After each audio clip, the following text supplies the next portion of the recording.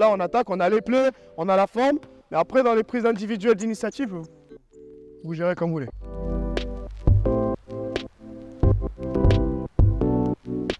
On se retrouve donc pour ce 3e jour.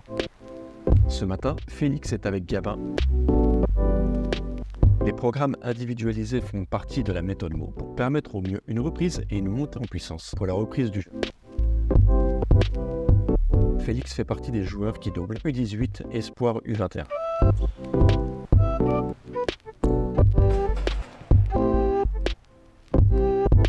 Retrouvons le coach des U18 qui collabore étroitement avec Mohamed.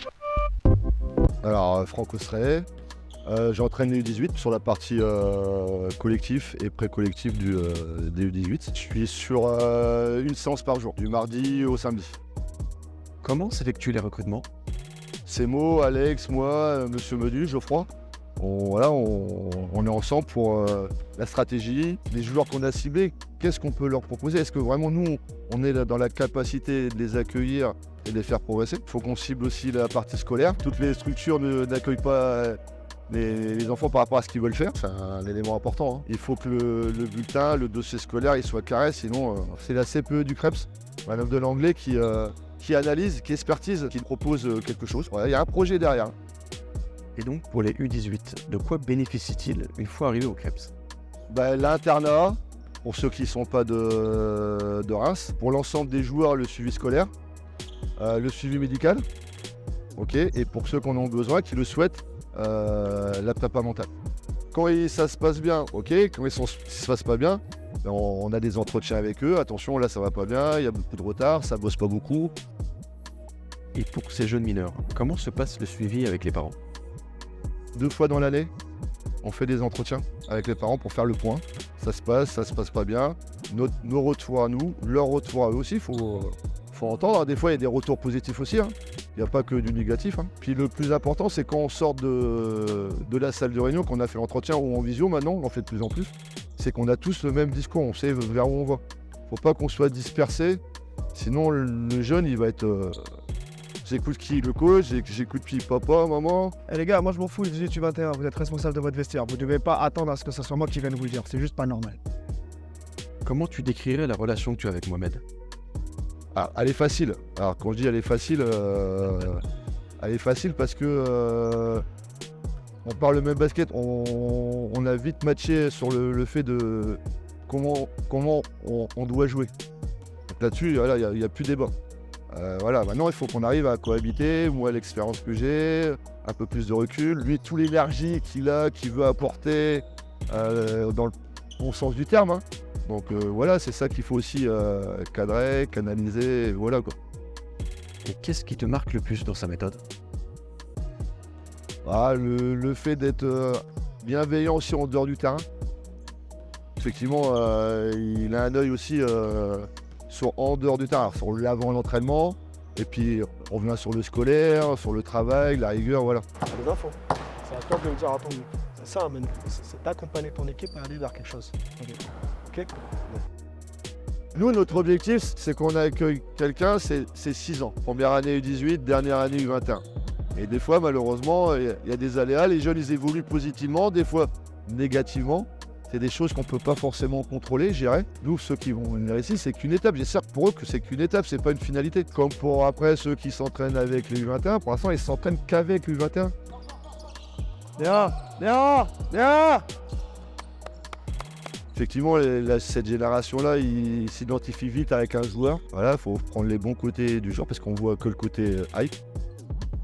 On voit pas suffisamment qu'est-ce qu'il a fait pour atteindre ce niveau-là. Ce côté travail aussi qu'il faut voir. Quand on est jeune, jusqu'à 17, 18 ans, faut envoyer quoi. Après, il faut pas avoir peur aussi de travailler la partie physique. On voit beaucoup de techniques. On voit les U18, U21. Si on veut passer un cap, c'est la partie développement physique, athlétique. Sur la passerelle U18, U21, nous retrouvons Alexandre, assistant coach. Ok, donc let's go, c'est parti. Donc, qu'est-ce qu'il a fait? Est-ce qu'il est sorti sur toi ou pas? Ouais, lâche, mercredi, c'est toujours les mêmes règles. À partir du moment où il sort, lâche. Et jeu rapide, jeu placé. Vous demandez des alley-oops, vous êtes friand de highlight, mais vous faites pas les choses. Pas de tir forcé, pas de dribble forcé, 3 dribbles maximum par joueur. Il a pris, vous y allez. Il a pas pris, il recule. Ouais, t'y vas. Et là, lui, quand il aura décidé de se réveiller, Axel Maillard, poster. L'application et l'intégration sont des valeurs très importantes pour Coach Aoun. On le voit par le nombre de U18 qui participent aux entraînements des espoirs.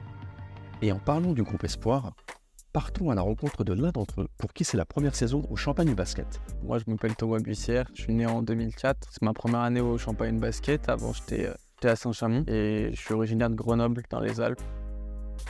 Comment s'est passé ton recrutement, Thomas? C'est moi qui ai envoyé un message à Mohamed l'année dernière pour rejoindre le club parce que je savais qu'il y avait beaucoup de dernières années qui partaient et j'avais pas forcément ce que je voulais au club de Saint-Chamond. Et l'intégration a été facile pour toi? Au début, non, parce que c'était super dur, parce que pas rentrer les week-ends, en plus avoir des soucis de pas de santé, mais blessures, ça jouait pas forcément en ma faveur. Et du coup, j'allais pas avec les pros, donc c'était dur, j'arrivais pas à me mettre dedans sur les matchs, je faisais des mauvaises performances. Du coup, je me suis reconcentré, j'ai fait beaucoup plus d'indiv, de muscu, et j'ai repris le rythme, et au final, je suis revenu avec les pros. Et c'est vrai que là, depuis janvier, très satisfait de ce que je fais, et du rôle que j'ai en étant avec les pros en partenaire, et de mon rôle en espoir. Tu étais convaincu par la méthode de Mohamed en début de saison? Au début, j'avais du mal à croire. J'ai l'impression qu'il a fait une saison type pour nous et il veut qu'on passe les étapes au fur et à mesure. Par exemple, au début de l'année, lui, il voulait absolument que je défende. J'avais pas forcément compris. Après, il a mis de côté la défense et maintenant, c'est plus... moi, je suis un shooter, donc il veut plus que je drive. Donc maintenant, quand je drive pas, il me sort, même si j'ai pas défendu. Donc des fois, c'est pas forcément facile à comprendre. Je sais pas si de l'extérieur, ça se voit. Mais moi, au final, je sais que je progresse. Parce que quand je regarde mes matchs en début d'année et maintenant, il y a une énorme différence. Finalement, la méthode Mo a fonctionné avec toi. Et tu te vois comment alors aujourd'hui? Au bout d'un moment, il faut être réaliste. Je sais qu'avec mon profil, un petit blanc shooter, en sortie des sports, je dirais pas au-dessus de... Je dirais pas en N1. Soit l'année prochaine, soit l'année d'après, je serai en N2. Je mets toutes les chances de mon côté. Mon physique me rattrape. Mais par contre, je sais, avec tout le travail que je fais, qu'en étant N2, je peux aller en N1. En étant N1, je peux aller en Pro B. Et ainsi de suite. Allez. Très bien, les 3 premiers appuis et on déroule. Très bien, Thomas. Je suis encore ici, je suis encore sous convention. Après, j'ai un petit projet en tête pour l'année prochaine. J'aimerais bien m'orienter pour faire une licence AS avec une N2, pour avoir déjà une expérience N2. Et du coup, ce qui pourrait me permettre d'aller chercher une N1 l'année d'après. Ok, bougez avec la balle. Bien, Yann. Ok, le box-out, le box-out. Et en revenant sur la méthode Mo, comment tu la décrirais? Étonnez-moi, mais... Déjà, il est très dans l'humain, il faut toujours savoir comment on va, comment ça se passe un peu à l'extérieur. Être sûr qu'on soit bien dans nos baskets quand on vient. Après, il demande beaucoup de discipline et de travail. Ça, c'est un truc que pas tout le monde a naturellement, mais qu'il essaye de répercuter sur les autres, prendre du plaisir à jouer et être discipliné tous les jours. Et c'est ce qui va faire la différence. Sur quoi un jeune peut-il s'appuyer pour progresser? Travail. Parce que travail, il ne faut pas qu'il compte sur quoi que ce soit, ni son physique, ni son talent, parce que ça, pour moi, c'est la clé. Au début, j'étais pas comme ça. En dernière année U18, je commençais à jouer avec les espoirs. Jusqu'à présent, physiquement, ça allait. J'étais pas trop à la ramasse. Et là, je me suis dit, je peux plus compter sur mon physique, je peux plus compter sur mon talent. Peut-être falloir que je compte un peu plus sur le travail. Et c'est vrai que je m'y suis mis depuis ma dernière année U18. Et je pense que je suis avec les pros aussi un peu pour ça, parce qu'ils voient que je travaille tout le temps. Et que du coup, je pense que je mérite aussi d'y être pour mon travail. Merci Thomas. On te souhaite de continuer à progresser et d'atteindre tes objectifs. Bien, Félix, bien, Félix. Bien, Félix, démarre ça. Démarre ça. La prochaine, Félix, c'est Thomas. Du troisième jour, les consignes sont identiques à celles du deuxième, mais cette fois-ci orientées sur l'attaque. Coach Mo vous fait un petit rappel. Suivez le guide. Le matin, on est en préparation physique. On évite de surcharger le bâton. On est vraiment sur du pré-collectif. Ce matin, on était beaucoup sur du shell drill, les règles, les placements, replacements. Et le soir, on intègre ça dans le jeu.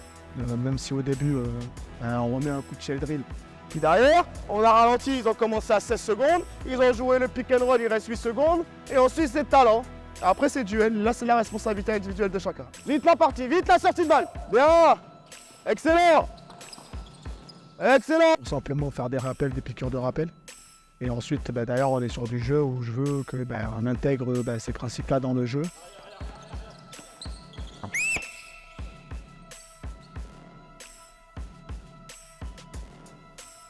Dernier avertissement. Bien, vite, vite, là, qui gère la balle. Cornet.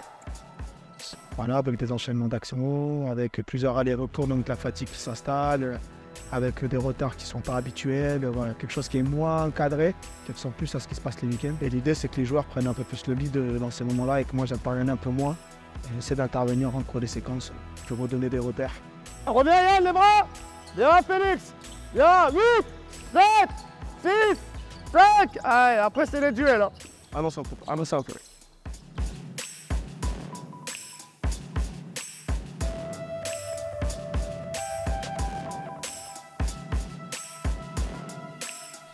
Les noirs, on retombe dans nos travers hein, offensivement. Il faut annoncer un truc là.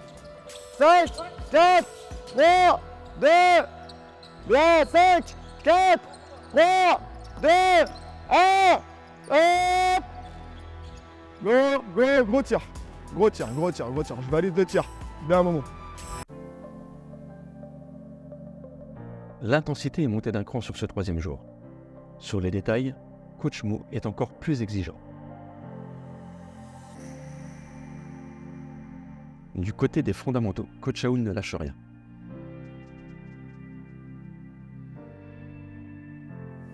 Impact, prise de décision, il demande à ces jeunes d'assumer leur choix. On se rapproche de plus en plus d'une intensité qu'on peut retrouver lors d'un match.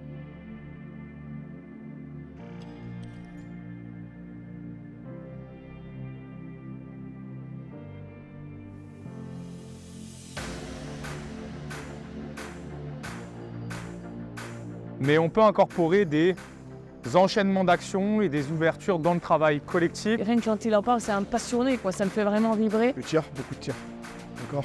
Beaucoup de tirs. Voilà, pour relâcher un peu tout ça. Ils savent que tout ce qui est dit ici, ça ne sortira pas d'ici. À l'intérieur de ça, je veux que moi, mes gars, ils se concentrent sur eux.